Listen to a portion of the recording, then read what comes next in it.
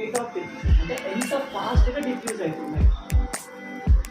Okay, ఇప్పుడు రెండు బీకర్లు తీసుకున్నాం, they are diffusing.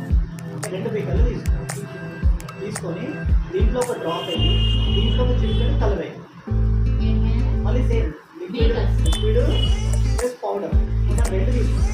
First experiment ఏం చేస్తున్నాం, సెకండ్ ఎక్స్పెరిమెంట్ ఏం చేస్తున్నాం, సాలిడ్ పౌడర్. ఈ రెండు కాకుండా పక్కన పెట్టేసి ఇప్పుడు ఎక్స్పెరిమెంట్ రెండు ఒకటేసారి తీసుకున్నాం.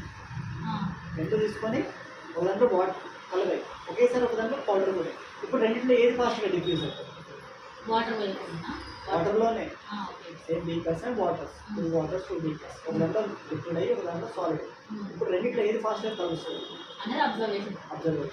అది రేట్ ఆఫ్ డిఫ్యూజన్. అది రేట్ ఆఫ్ అంటే స్పీడ్. రేట్ ఆఫ్ డిఫ్యూజన్ అంటే ఫాస్ట్నెస్, ఎంత ఫాస్ట్గా అవుతుంది. లిక్విడ్లో లిక్విడ్